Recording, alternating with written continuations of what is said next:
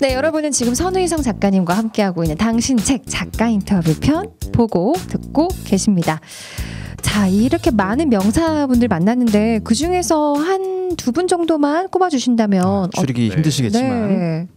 뭐 제가 추린다고 하면 기준은 제가 이 책을 사실 지금도 가끔씩 읽거든요. 네. 제 인생의 바이블처럼 와우. 힘들 때마다 꺼내보는데 네.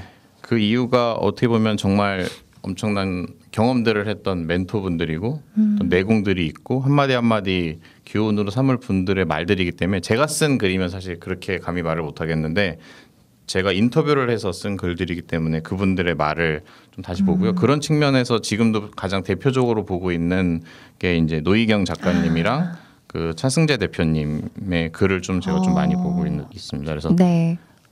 노희경 작가님 뭐 글은 사실 좀 제가 회사를 다니면서도 계속 생각을 하는데 어떤 직업관에 대해서 계속 얘기를 했었어요. 본인이 네. 왜 제가 알기로 회사를 다녔던 걸로 알고 있는데 작가로 전향하게 된 계기에 대해서 이야기를 들었었고 본인이 어떤 측면에서 작가라는 직업을 선택을 과감히 할 수 있었는지에 대한 어떤 직업관에 대한 얘기를 했었어요. 그래서 뭐 저희들한테 일단 세상에 해가 되지 않는 직업이 되게 중요하다라는 얘기를 했었고 만약에 사람들이 흔히 말하는 되게 좋은 직장이라고 생각하고 다니고 사회적으로 좋은 직장이라고 인정을 받더라도 뭐 알게 모르게 만약에 사람들한테 조금이라도 아픔을 주거나 그런 곳이 된다면 그런 건 하지 말아라 이런 이야기를 했습니다. 그래서 뭐 약간 그리고 거기에다가 약간 꿈 같은 말일지도 모르겠지만 본인이 즐거울 수 있는 일을 선택하라는 말을 했었거든요. 그 부분이 가장 작가님과 좀 맞닿아 있는 부분 아니었을까 싶어요. 되게 평범한 말일 수 있는데 제가 예를 들면 회사에서 팀을 옮기거나 이런 거를 할 때도 새로운 도전을 할 때도 약간 이런 기준으로 그러니까 어떤 기준으로 삼아야 되는가가 막 기준이 저 스스로도 흔들릴 때가 있는데 그때 이런 글을 읽으면 역시 재밌는 걸 다시 선택하는 게 맞겠구나라고 하면서 하고 그러면서 약간 본인도 즐겁고 세상을 또 즐겁게 할 수 있는 직업 그게 노희경 작가님의 작가로서의 직업관이고 저도 이제 좀 그런 걸 따라가려고 감히 노력하고 있는 상황이에요. 어찌 보면 이야기를 들어보니까 아까 바이블이라고 말씀해 주셨는데 어차피 인터뷰 하셨고 또 이 책을 당시 좀 오래되긴 하셨지만 편집하는 과정에서 또 여러 번 재차 탈고하고 하는 과정에서 많이 이렇게 읽고 보셨을 거란 말이에요. 수도 없이. 네. 그럼에도 이것을 또 읽으신다는 것은 상기용이네요. 그쵸. 나를 다잡기 위한. 맞아요. 네. 정말 바이블이네요. 그만큼 오래 두고 볼 가치가 있는 책이고요. 그냥 단순히 즐기라고만 또 허황된 얘기가 아니라 네. 또 노희경 작가님이 즐기려면 그만큼 희생도 필요하다. 네네네. 라고 현실적인 말까지 해주셔서 네. 더 궁금하신 분들은 책 읽는 청춘에게를 통해서 확인해 보시면 될 것 같습니다. 자, 두 번째는 차승재 대표님, 차승재 뭐라고 해야 될까요? 그 당시 제작사 대표님이셨고요. 네. 네, 지금 교수님도 하시고 그런 걸로 알고 있는데 차승재 대표님은 뭐 제가 20대 초반에 영화를 되게 좋아했었는데 시네마키드처럼 막 하루에 한 편씩 보고 그럴 때였는데 막 대한민국 뭐 영화인 파워 넘버원 하면 항상 오시던 분이 차승재 대표님이었고요. 되게 사실은 마초적인 이미지에 무서울 거라고 생각을 했었는데 실제 만났을 때 전혀 다르고 되게 다정하고 되게 좋으신 분이어서 놀랐고요. 가장 약간 나는 누구인가라는 질문을 20대가 꼭 해라라고 하면서 흔히들 이렇게 스펙에 대한 거를 쌓으려고 하는데 20대가 생각하는 스펙이 남들한테 약간 과시하기 위한 스펙인 경우가 좀 많은데 오히려 그런 거보다 한 인간의 관점에서 약간 내가 누구인지 깨닫고 자신의 존재에 대한 확신을 갖는 것이 진정한 스펙이다라고 했고 그 스펙을 찾게 되면 오히려 그 이후에도 오류에 빠지지 않고 이렇게 한 길을 후회 없이 갈 수 있다는 얘기를 했었거든요. 그래서 그런 것들이 되게 어떻게 보면 뻔한 말이고 여기저기 들리는 되게 뻔한 말인데 저 같은 경우는 직접 인터뷰도 하고 했기 때문에 뭔가 20대 때가 썼던 글을 30대 때 돌이켜서 봤을 때 아, 내가 옛날에 이런 생각을 했었는데 잊고 사는 약간 이런 가치들에 대해서 되새길 수 있는 말들이 있어서 이 두 작가님의 이런 말들을 지금도 약간 바이블처럼 계속 지속적으로 읽으면서 읽을 때마다 또 새롭더라고요. 계속 잊어서 그런지 계속 새로워서 계속 읽고 이렇게 하고 있습니다. 참 이게 들으면 들을수록 이 책을 당시 쓰셨던 공조분들 함께 작업해 주셨던 그 책꽂이 네. 분들께 정말 의미가 크고 특히 지금 선우 작가님께 의미가 엄청난 것 같아요. 왜냐하면은 이걸 텍스트로 읽으면은 일단 뭐 물론 그런 분들은 이 방송을 또 들어주시면 또 함께 또 공감해 줄 수 있는 그 부분의 영역이 좀 커질 거라고 생각을 하는데 텍스트 그러니까 이거를 이 방송을 안 들으신 분들이 그냥 텍스트로만 접하셨던 분들은 느낌이 다르실 거라고 생각이 됩니다. 네, 그러니까 선우 작가님께서는 그 당시에 인터뷰했던 그 당시의 것까지 같이 떠올리시는 거예요. 책을 보시면서. 네, 궁금하네요. 저도 지금 다 못 읽었는데 네, 얼른 빨리 완독하고 싶습니다. 재밌는 건 자꾸 제가 시간을 거슬러 가는데 또 이거를 쓰셨던 그때 분들은 대학생이잖아요. 네. 지금 다시 돌아보실 때는 사실 또 그때 그분들이 해주셨던 약간 비슷한 동년배가 된 분도 계실 거고 네. 이제는 그러니까 또 누군가에게 뭔가 한마디를 또 도와줄 수 있는 그런 그렇죠. 입장이 있단 말이에요. 네네. 그래서 책 읽는 청춘에게 우리 선우희성 작가님 1편의 이제 마무리는 네. 저희가 이제 인터뷰를 똑같이 드리는 거예요. 네. 이제 30대 어느 정도 작가로서 또 직장에서도 네. 인플루언서로 활동을 영향을 미치는 훌륭한 분이시니까 또 지금의 20대에게 똑같이 해주고 싶은 말과 네. 추천해주고 싶은 책이 있으시다면 이 책의 22번째 명사로서 네. 우선 제가 감히 뭐 20대 분한테 무슨 얘기를 해야 될지 모르겠는데요. 근데 어떻게 보면 되게 뻔한 얘기인데 제가 맨 처음에 했던 얘기 있잖아요. 처음에는 뭔가 결과만을 쫓아서 되게 많이 열심히 살았었는데 앞도 뒤도 돌아보지 않고 앞만 보면서 달렸던 적이 있었는데 뭔가 그 과정 꿈을 계속 지속적으로 꾸고 그 꿈을 꾸기 위해서 내가 좋아하는 게 뭔지를 찾고 그거를 향해 가는 과정 자체를 좀 사랑하게 된다면 오히려 행복하기도 하고 어쩌면 그게 더 저 같은 경우는 그게 더 결과적으로도 훨씬 좋더라고요. 그래서 결과도 잡고 과정의 행복도 잡을 수 있는 방법이 아닐까라고 생각을 하고 있습니다. 그리고 그런 네. 20대 청춘에게 네. 추천하고 싶으신 책이 네. 있다면 내 책. 내 책 책. 읽는 청춘에게 네 그러면 제일 좋을 것 같고요. 제가 굳이 추천을 한다면 책 읽는 청춘에게에서 차승재 님께서 추천했던 책인데 적절한 균형이라는 소설책이에요. 너무 하시는 거 아니에요 지금? 네. 그 책을 추천하시다니. 네. 왜냐? 왜요? 아시죠, 책? 저는 아셔서 읽어서 아세요? 네. 읽어서 아는 거예요. 네. 네, 이 책이 한 거의 일반 책이 3권, 3배 정도 되거든요. 그래서 좀 그런 부분에서는 좀 죄송스럽긴 하지만 저도 처음에 사실 900페이지래요. 거의 900페이지 정도 되는데 뭐 상당히 인도의 불가촉 청민에 대한 이야기인데 보통 베개로 쓰일 수 있는 두 개죠. 뭐 힘드실 때는 언제 어디서나 두고 머리맡에 두고 베개로 쓰셔도 좋고요. 불가촉 청민에 대한 이야기인데 그런 거에서 삶에 있어서 약간 좀 적절한 균형을 어떻게 찾아야 되는가에 대한 메시지도 있고 그리고 어떤 나보다 훨씬 힘들 수 있는 그런 사회적 약자의 삶에 대해서 돌아볼 수 있는 기회가 있어서 우리가 지금 되게 20대 분들이 힘들다고 생각할 수도 있고 실제로 힘든 것도 많지만 오히려 그런 더 낮은 곳에 있는 분들의 처절한 이야기를 좀 들으면서 거기서 느낄 수 있는 뭐 어떤 그 약자에 대한 시선이나 이런 것들을 볼 수 있어서 20대 분들이 그걸 본다면 적절한 균형을 찾으면서 삶의 균형을 찾아갈 수 있지 않을까라고 생각이 들었습니다. 그래요. 자, 이젠 또 하나의 영향력을 끼치는 사람이 되신 당시에는 대학생 책꽂이의 회장으로 활동하셨던 선우희성 작가님께서 이제 10년이 지난 지금 또 그 지금 당시 20대들에게 해주고 싶은 이야기와 추천해주는 책 적절한 균형 해주셨어요. 좀 감회가 새로우시겠다. 이 책을 인터뷰할 때는 제가 이 책을 추천하게 될 줄은 몰랐는데 사실 저도 똑같이 그냥 제목만 보고서 출판사에서 책 찾았거든요. 그래서 처음에 그 책을 마주했을 때 정말 이 책을 추천하신 건가 생각을 좀 해서 다른 게 있나 계속 찾아봤고요. 현실을 부정하고 싶어서 그래서 이 책을 거의 막 엄청 오랫동안 읽었던 것 같아요. 근데 그랬지만 이게 책이 어느 정도 한 100페이지 정도 지났을 때부터는 되게 순식간에 읽었었거든요. 그런 어떤 것들도 생각이 나고 그렇게 제가 읽을 수 있을까 고민했던 책을 또다시 추천하니까 더욱더 감회가 새로운 것 같습니다. 네.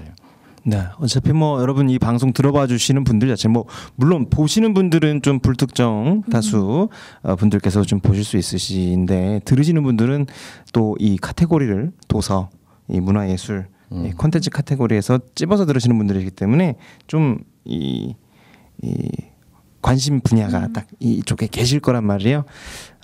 네, 유의미한 추천이었다고 저는 생각이 듭니다. 네. 네. 이렇게 선우희성 작가님과 첫 번째 책 읽는 청춘에게 이야기 나눠봤고요. 사실 이제 작가님에 대한 저서와 그리고 이야기는 사실 2편에 준비되어 있기 때문에 네. 2편에서 저희가 뭐 따로 이렇게 마무리하지 않고 바로 이어서 갈 수도 있을 것 같아요. 네. 또 시간도 시간이고. 그래서 여러분들 이번 134페이지죠. 마무리로는 책이 이렇게도 만들어질 수 있다. 네, 이렇게 좀 봐주시면 좋을 것 같아요. 사실 이 부분에 대해서 궁금함이 저는 지금 무궁무진한데 한 번 더 나와주세요. 아, 네. 언제든 좋습니다.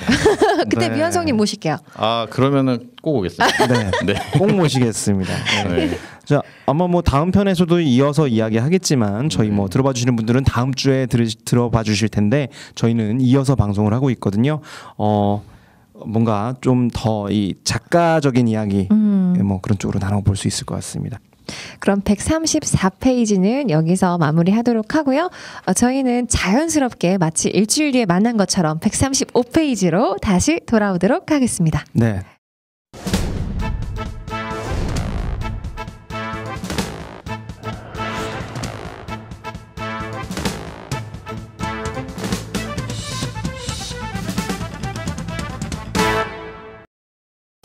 네, 안녕하십니까. 일주일 만에 뵙습니다. 135화 당신의 생각이 책이 됩니다.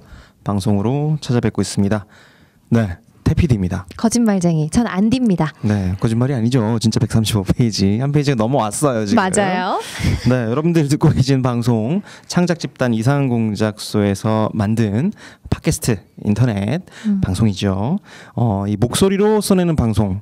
그러니까 목소리로 한 페이지 한 페이지. 그래서 저희의 성장기 이상공작소는 단체의 성장기를 목소리로 써내려가고 있습니다. 네. 지난주에 이어서 저희 선우희성 작가님 계속 뵙고 있습니다. 작가 인터뷰로 꾸며지고 있어요. 네. 지난번 책 같은 경우는 사실 굉장히 진짜 우리 당신 책의 선배 같은 느낌이라서 실제 출간물로 밝혀진 선배 같은 느낌이라 한번 어떻게 출간이 됐고 어떻게 기획이 됐고 했는지 초점을 맞췄다면 이번 주는 우리 선우희성 작가님에 대해서 한번 초점을 맞춰서 이야기를 해보도록 하겠습니다.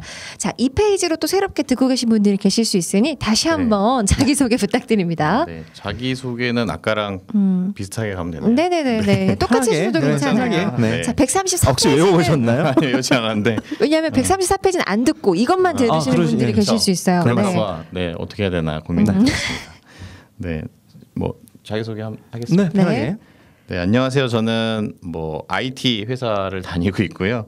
동시에 좀 작가가 되기 위해서 좀 고민을 좀 지속적으로 많이 하고 있는 선우희성이라고 합니다. 지금까지 4권의 책을 좀 참여를 했었는데 책들이 다 분야가 되게 다양해요. 그래서 IT 책도 있고 인터뷰 책도 있고 여행 책도 있고 이렇게 다양한 것들을 봤을 때 역시 제 특성을 보여주는 게 아닌가. 중구난방 같은 그런 저를 한마디로 요약한다면 중구난방인 것 같은 그런 네, 선우희성입니다. 네. 자, 그래서 두 번째 시간은요. 이렇게 앞에 놓여 있는데 제 앞에는 모바일 트렌드 2019. 제가 읽어야 됩니다. 저 5G 너무 모르거든요. 지금 우리에게 5G란 무엇인가? 네. 네, 제 앞에는 가봤냐 동남아. 네네. 이게 여행 관련된 네. 여행 에세이입니다. 사실 네. 진짜 되게 네. 독특하죠. 네. 한 사람이 썼는데, 그러니까 분야가 너무 사실은 뭔가 네. 느낌이 달라서 인터뷰. 유명 인사 인터뷰, 네. 여행기, 다음에 지금 우리에게 5G란 무엇인가. 자, 그래서 어떻게 이 책들을 쓰게 되셨는지 하나하나 이야기를 나눠 볼 텐데요. 자, 그럼 먼저 가봤냐 동남아라는 책에 대해서 한번 이야기를 먼저 해볼게요. 네. 그리고 제 지금 궁극적으로 약간 꿈꾸는 게 제가 쓰면서 되게 행복한 게 사실 에세이고 여행을 되게 좋아해서 여행을 1년에 최소 4번에서 뭐 그 이상 정도 가려고 노력을 많이 하고 있거든요.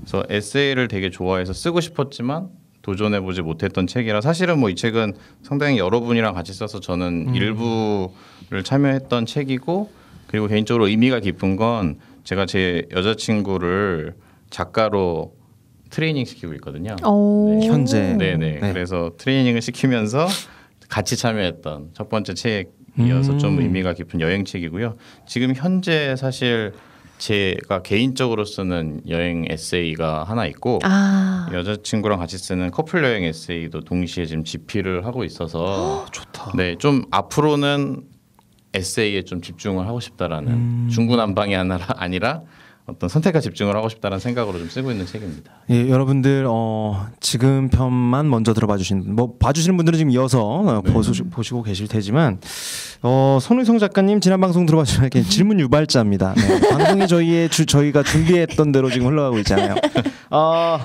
이게 질문이 한 또 7개가 있는데 자, 한 번에 또 하실 거예요? 아니요. 하나만 한번 여쭤보려고. 여자친구분을 이제 작가로 이제 이렇게 트레이닝을 시켜주고 계신다고 하셨는데 원래는 그럼 작가 활동을 안 하시는, 그러니까 그 분야와 무관하신? 네, 저랑 똑같이 회사원이고요. 혹시 이렇게 질문이 계속 꼬리에 꼬리입니다. 사내였네. 사내는 아닌데. 네네네. 네, 동종업계 비슷한 업계입니다. 네, 유사 분야. 네. 혹시 책꽂이 멤버 중에 한 분? 그렇지 않고요. 이렇게 질문이 계속 샘솟죠.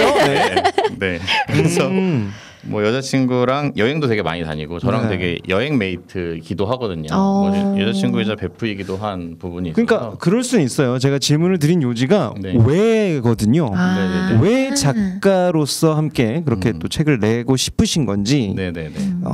그 우선은 같이 여행 메이트이기도 했고. 여자친구가 그럼 여행만 다니시지 왜 괴롭혀요? 책을 쓰게 안 쓰고 싶을 수도 있잖아요. 여행에 대한 관심이 되게 많고 또 되게 어렸을 때부터 이런 감성적인 활동들을 많이 하고 그래서 뭐 이제 모델 활동 아역 모델 활동도 하고 이렇게 했었어가지고 다양한 활동도 했었어서 좀 그런 감성들이 좀 발달했다는 생각이 들어서 이거 원석이다라고 생각을 했고요. 저보다 훨씬 글을 잘 쓸 것 같다는 생각이 들어서 일단 제가 제안을 했는데 또 덥석 물더라고요. 또 하고 싶었다고. 그래서 지금 돌이켜 보면은 안 물 줄 알았다는 생각도 조금 들었었는데 덥석 물어서 그때부터 저도 좀 시간을 내서 계속 트레이닝을 하고 주말에 만나서 같이 책도 쓰고 그렇게 하고 있습니다. 부럽다. 지난 페이지 134화 방송에서 이제 책 읽는 청춘에게 인터뷰 관련 책 기획하신 이야기 또 책꽂이라는 그 단체라고 해야 될까요? 조직이라고 해야 될까요? 네. 이렇게 만드시면서도 이제 리더십 저희가 얘기 나눴었는데 기획자적 관점, 기획력이 좀 있으신 것 같다는 생각이 또 문득 들어요. 연애도 마치 연애를 그렇게 이게 여자친구는 약간 피곤하실 것 같은 장난입니다. 열심히 기획하고 있습니다. 근데 되게 좋은 거잖아요. 사실 제 로망이었어요. 약간 좀 선점을 당한 것 같은 느낌. 근데 사실 선우이상 작가님 이전에 너무 많은 분들이 나와서 원래 제 꿈이 그랬어요. 저는 나중에 결혼을 하면 남편하고 세계 여행하면서 책 쓰고 싶었거든요. 같이. 근데 제 꿈입니다. 네, 제가 근데 선점할로. 이미 많은 분들이 많은 부부들이 그렇게 하시고 또 가족 단위도 많이 하시고 뭐 부녀, 모녀, 뭐 맞아요. 부자, 모자 관계 많이도 나왔는데. 사실 또 이런 거 있잖아요. 원래 연인끼리 같이 일하는 게 또 쉽지가 않은데도 이렇게 하시는 거 보면은 너무 행복하실 것 같아요. 뭐 행복합니다. 뭐지? 행복합니다. 네. 지금 얼른 다시 책 얘기로 돌아오죠. 여행 에세이입니다. 가봤냐 동남아. 그 저자가요. 여행 작가 프로젝트라고 해서 굉장히 많은 분들이 모여서 이렇게 쓰신 책이잖아요. 그럼 여기에 아까 말씀하신 여자친구분도 같이 뭐 제가 좀 같이 쓰자고 이것도 좀 제안을 먼저 했고요. 뭐 사실은 되게 여러분이 써서 제가 뭐 말하기 좀 부끄러운 부분도 있는데 이게 뭐 여기도 이제 SNS 상에서 어떤 작가 프로젝트라는 곳이 따로 있고 거기서 모집을 따로 하고 그리고 여기도 이제 여행 플랫폼처럼 글을 쓰는 곳이 있거든요. 그래서 여기서 그냥 일상적으로 글을 쓰고 올리고 사람들의 반응도 확인하고 해보면 좀 글 쓰는 거에 있어서도 발전되지 않을까 해서 같이 쓰자고 좀 제안을 했었습니다. 그럼 먼저 SNS에서 이 가봤냐 동남아를 쓴 여행 작가 프로젝트라는 모임을 알게 되시고 거기서 이제 출발하신 거네요. 그래서 뭐 지금 여행 작가든 작가에 대한 좀 도전을 하고 싶은 분들이 많이 듣는다고 들었는데 SNS를 열심히 뒤져보시면 이렇게 좀 모집하는 분들이 꽤 있고 제가 모집하는 경우도 있거든요. 제가 네네네. 지금 또 쓰고 있는 IT 책들 중에 제가 모집을 해서 출판 계약을 한 것도 있고 이런 식으로 저도 모집을 하고 그 외에 저랑 비슷한 생각을 하는 다른 분들도 지금 열심히 모집을 하는데 어쩌면 모으고 싶은데 잘 안 모이는 경우도 있고 근데 반대로 그 쓰고 싶은 분들도 많을 텐데 이렇게 좀 여러 명의 공조로 쓰는 프로젝트들이 꽤 많이 있기 때문에 찾아보시는 것도 좋은 팁일 것 같아요. 네. 보통 지금 저희가 지금 지난 방송에서도 그렇고 오늘 방송에서도 그렇고 계속 뭔가 나오는 키워드들 또 방향이 좀 뭔가를 만드시고 조직하시고 기획하시고 되게 거울을 보는 것 같아요? 아니요 저는 이 정도까지는 아닙니다. 제가 뭐 배울 게 많을 것 같아서 정말 아까 지난주죠. 들어봐 주시는 분들은 지난주 안디님께서 말씀하셨는데 제 눈이 반짝거린다고. 지금 저 사실 지금 굉장히 피곤하게 지금 반찬내고 지금 올라왔거든요. 멀리서 제가 이게 직장이 좀 멀다 보니까 지하철에 낑겨서 기차에 낑겨서 이렇게 귀에 올라왔는데 이제 초반에 사실 제가 맹했어요. 네, 근데 지금 바닥바닥 지금 일어나고 있습니다. 그래서 이렇게 만드시는 그런 이야기들. 그래서 이 지금 가반야 동남아 같은 경우에 기획이 그렇게 최초